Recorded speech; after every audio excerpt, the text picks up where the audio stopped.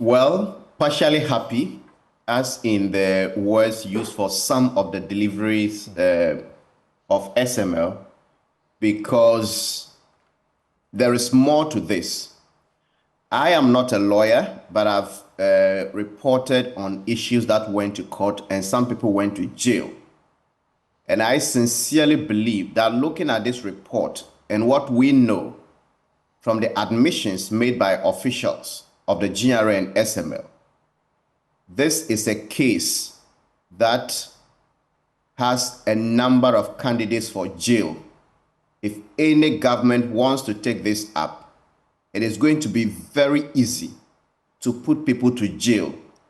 It is going to be very easy for us to even retrieve hundreds, if not billions, of cedis paid to people who did not deserve a peswa. From the very beginning, we made a point, and it was not an opinion piece we wrote in that report. We interviewed GRA officials, the petroleum unit, and we actually wrote a letter from the Commissioner General directed that the Petroleum Department was better suited to speak to us. We went to SML. In that investigation, we went with a camera, not an AK-47. So there was no coercion. We asked questions and they confessed and deleted the claims they made to be providing the services. And this report actually makes some of us, I agree with Bright that the conclusion or the inference from KPMG is problematic, but it gives enough facts for us to be able to now know and can say that the GRA and the Office of the President may have lied. I'm saying lied and not falsehood, because if you have information, you know what is right, and your officials confirm on record, and you produce something that is different from your own facts to just make this company look good. Tell us why you make such a statement. So let's go to page 153 of the KPMG, sorry, 157 of the KPMG report. We said that SML did not do anything that deserved any payment. And the GRA issued a statement, and I am talking about the GRA, the management and the board of the GRA. And shortly before I report, the board chairman of GRA, who is a very known and celebrated businessman, I'm talking about Mr. Otinjesi, saying that procurement was avenue through which people loot the state, and he wondered why private entities or organizations would do due diligence when procuring for their companies, but when it had to do with the state, they didn't care. But you know he's resigned his position, right? He's left the place. I'm talking about the board chair who was there when these deals happened, and the board chair led the board of GRA to visit this place. Okay. So and again, just a quick one. There was a reference to Christian Soti working under Amishadai. He actually worked under Kofi Nti and not Amishadai. Yes, go on, Manasseh. So let me go to the page 157 of the report. And it says, an average of key findings, an average of 400 million liters per month was already being recorded in Ghana in 2019 and the first quarter of 2020, as per review of NPA's data. 2, NPA and GRA recorded a significant decrease in lifting volumes in April 2020. That is 336 million and 311 million liters respectively as a result of COVID-19 lockdown spanning the period 1 to 20 April 2020. 3, volumes recorded after April 2020 were constantly above 400 million liters. Then the final figure in this on this page says, in the latter half of 2020, when SML commenced operation, data comparison from 3 sources indicates that MPA reported higher annual volumes than both GRA and SML. Following MPA and GRA reported the next highest, following MPA, GRA reported the next highest annual volumes, with SML recording the lowest annual volumes. I'm saying this to make a point that the GRA told us that it was only when they brought SML, and SML started operations in May 2020, that they started recording over 400 million liters a month. It is the reason they attribute the increase in revenue to SML. But this is what KPMG is saying, that before SML started its operation, even in 2019, GRA was already, MP was already recording up to 400 million liters. And then even when SML came in, GRA and then MPA were recording higher figures. So SML was recording the lowest. And if you look at the same chapter, page number 157, you will see a note there that GRA could not provide digital records of petroleum lifting data from January 2019 to April 2020. To compensate for this, GRA petroleum lifting data published in ESLA reports to the Parliament was utilized. So it appears that if GRA gave this figure to KPMG, KPMG could easily tell that the information was false. So GRA did not provide this figure to KPMG, but the same GRA had published these figures in its report to Parliament. The question we should be asking is, why was the authority hiding this figure? Because if they released these figures, they were going to expose the GRA. And finally, on this score, if you go to the very next page, that is page 158. Trends in downstream petroleum revenue. So we are talking of the volumes. We've now come to the revenue. And this is captured in the KPMG report, page 158. Key observations. The following were observed from the analysis of the revenue collected by the GRA over the period 2015 to 2023. 1. An incremental growth in revenue was observed from 2015 to 2023, except for a decline observed solely in 2017.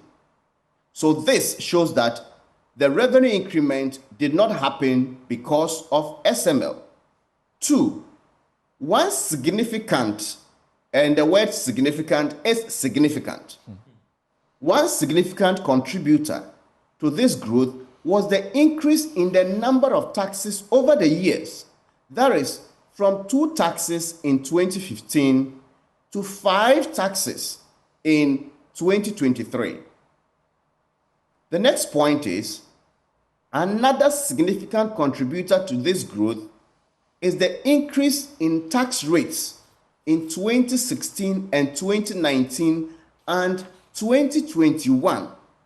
However, there was a decrease in tax rates in 2017, coinciding with a revenue reduction from 2016 to 2017. Then finally, on this page, the key observation. For any petroleum product lifted to be taxable, it must be declared in icons.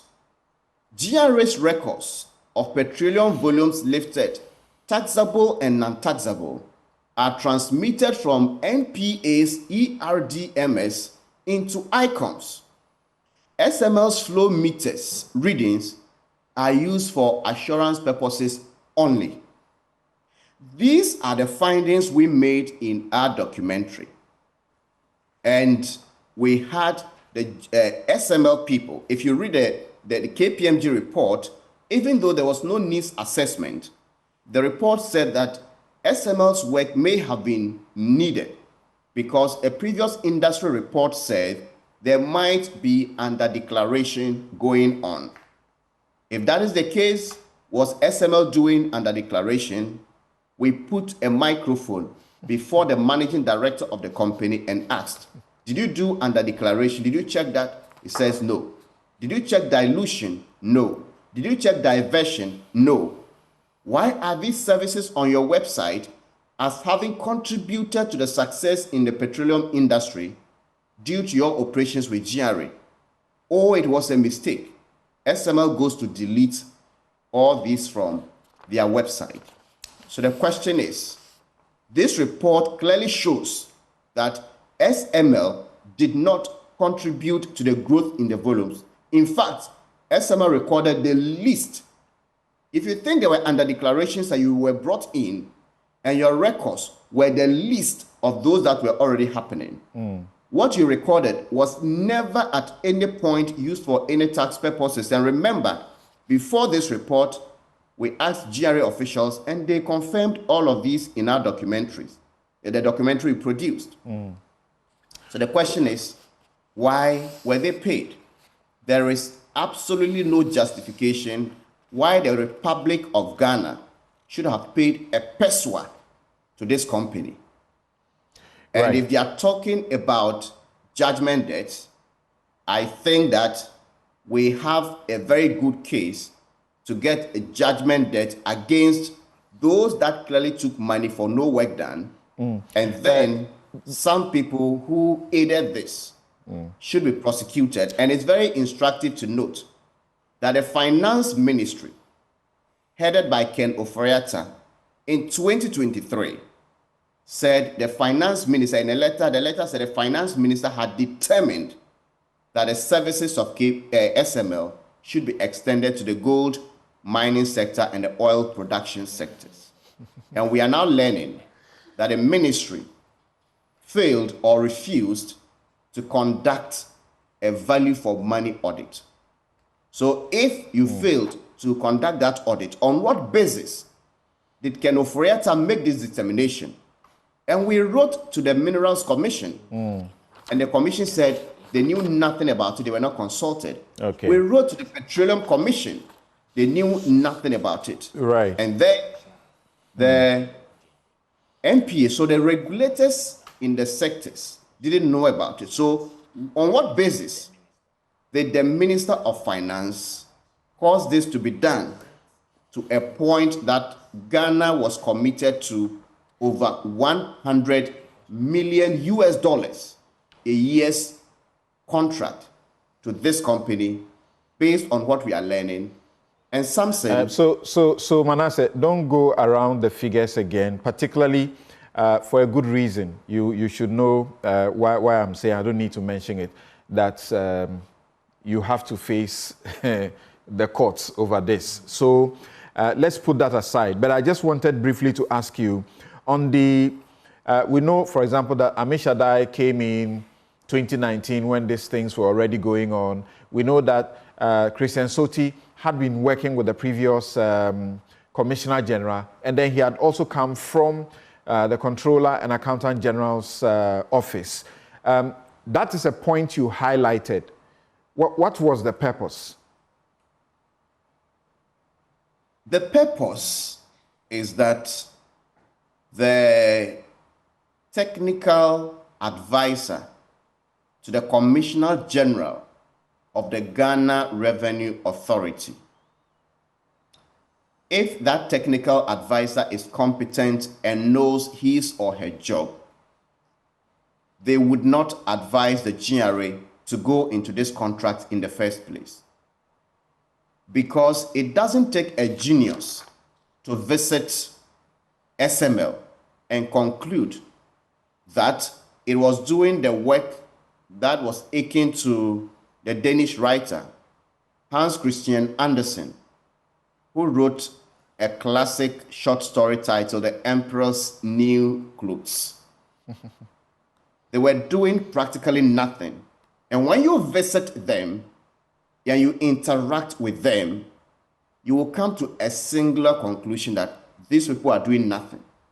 And so it came as a surprise when people like Samuel Atachia, when people like Ransford Jampo of the University of Ghana would visit only SML and come back to make certain pronouncements that they were doing great. I wonder how they are feeling, Professor Jampo and then the people like Atachia reading this report.